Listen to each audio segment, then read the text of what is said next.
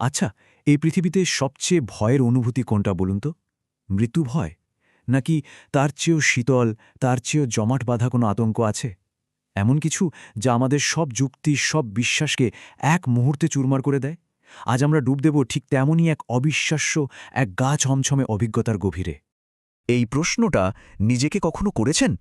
যখন ঘরের সব দরজা জানালা বন্ধ, চারপাশ ডুবে আছে নিশ্ছিদ্র নীরবতায়, তখনও কি আমাদের পাশে অদৃশ্য কোনো অস্তিত্ব নিঃশ্বাস ফেলে না? আসুন, এই প্রশ্নের উত্তর খোঁজা যাক রেজওয়ানের জীবনের সেই অভিশপ্ত রাতের গল্পে, যে রাত তার কাছ থেকে স্বাভাবিকতা চিরদিনের জন্য কেড়ে নিয়েছিল। ঘটনাটা ২০১৬ সালের জানুয়ারির এক হাড় কাঁপানো শীতের রাত। ইতালিতে থাকা রেজওয়ান ব্যবসার কাজে জার্মানি গিয়েছিলেন। প্রায় সপ্তাহখানেক পর ক্লান্ত বিধ্বস্ত একটা শরীর নিয়ে দেশে ফেরেন, কিন্তু বিশ্রাম নেওয়ার উপায় ছিল না, কারণ সেদিন সন্ধ্যায় ছিল তার এক কাজিনের হলুদের অনুষ্ঠান।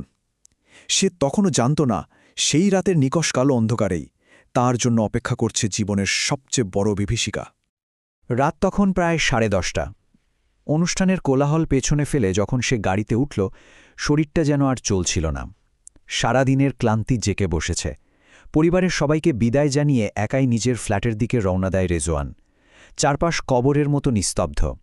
রাস্তার দুপাশের গাছগুলো মনে হচ্ছিল যেন কালো কালো ছায়ামূর্তি দাঁড়িয়ে আছে। আর গাড়ির হেডলাইটের আলো সেই জমাট বাঁধা অন্ধকারকে পুরোপুরি ভেদ করতে পারছিল না। গাড়ি চলছিল তার নিজের গতিতে, কিন্তু মিনিট 5 যেতেই রেজওয়ান টের পেলেন কিছু একটা ঠিক নেই। বাতাসের মধ্যে কেমন যেন একটা অস্বাভাবিক শীতলতা। বাস্তবতা চীনা ছবিটা যেন একটু একটু করে কাঁপতে শুরু করেছে।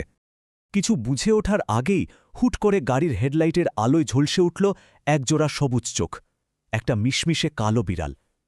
রেজওয়ান সজোরে ব্রেক কষলেন। টায়ারের তীক্ষ্ণ চিৎকারে রাতের নিস্তব্ধতা যেন খান খান হয়ে গেল।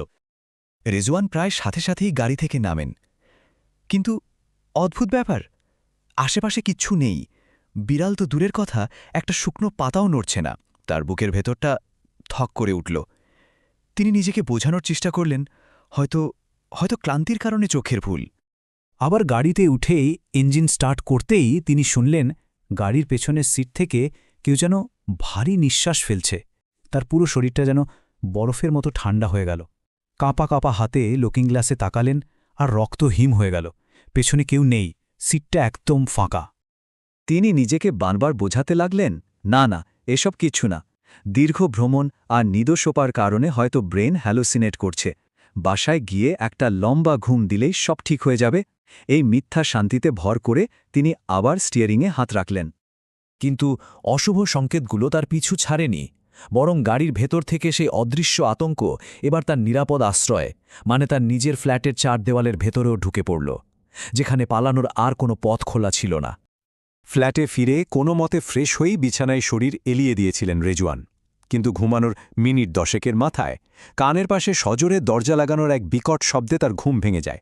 সে লাফিয়ে ওঠে, দেখে বাথরুমের আবছা আলো দরজার নিচ দিয়ে বেরিয়ে আসছে, অথচ সে নিশ্চিত যে আলোটা সে নিজেই নিভিয়েছিল। হয়তো তাড়াহুড়োয় ভুল হয়েছে, এই ভেবে আলোটা বন্ধ করে সে আবার ঘরে ফেরে। কিন্তু মিনিট 3 পরেই একটা তীব্র পরিচিত গন্ধ তার নাকে এসে লাগে, তাজা ইলিশ মাছ ভাজার গন্ধ। এত রাতে এই ফ্ল্যাটে? এত রাতে কে ইলিশ মাছ ভাজছে? তার প্রতিবেশীরা ইতালিয়ান বা পাকিস্তানি? তারা তো মাছ প্রায় খায় না। হঠাৎ তার শিরদাঁড়া দিয়ে একটা ঠান্ডা স্রোত বয়ে গেল। সে বুঝতে পারল গন্ধটা অন্য কোথাও থেকে নয়, আসছে তারই ফ্ল্যাটের রান্নাঘর থেকে। অথচ বাসায় তো সে সম্পূর্ণ একা। ভয়ে রেজওয়ানের গলায় শুকিয়ে কাঠ। জানুয়ারির সেই কনকনে শীতেও তার কপালে বিন্দু বিন্দু ঘাম জমেছে। সে কাঁপা কাঁপা পায়ে এগিয়ে যায় রান্নাঘরের দিকে। সে জানত না ওই দরজার ওপাশে তার জন্য কি অপেক্ষা করছে। রান্নাঘরের ভেতর থেকে হলদেটে একটা আলো আসছে।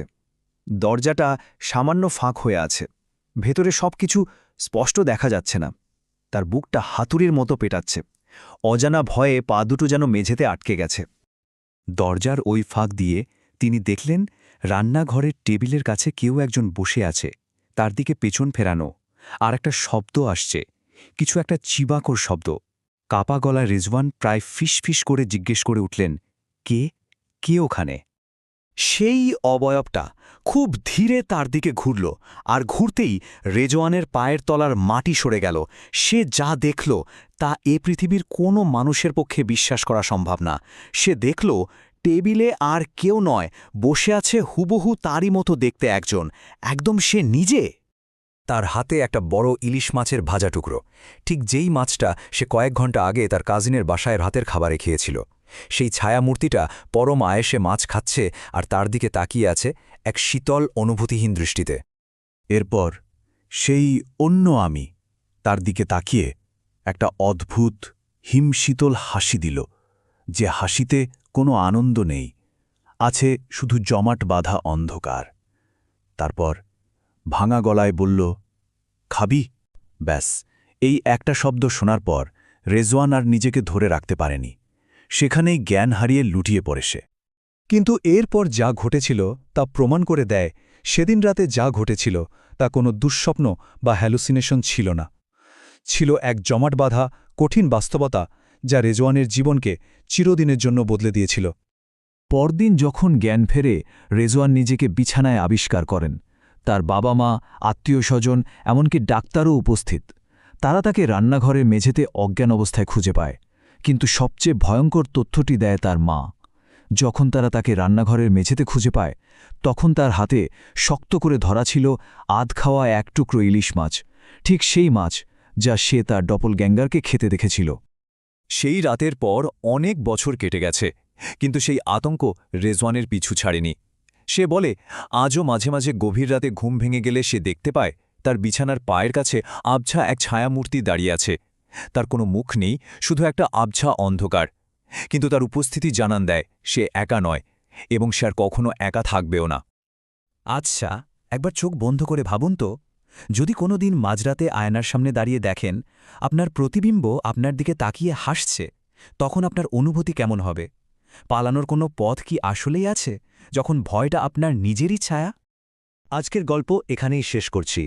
নতুন নতুন ভৌতিক গল্প পেতে ভৌতিক গল্প ৩০০ ইউটিউব চ্যানেলটি সাবস্ক্রাইব করে পাশে থাকুন। ধন্যবাদ।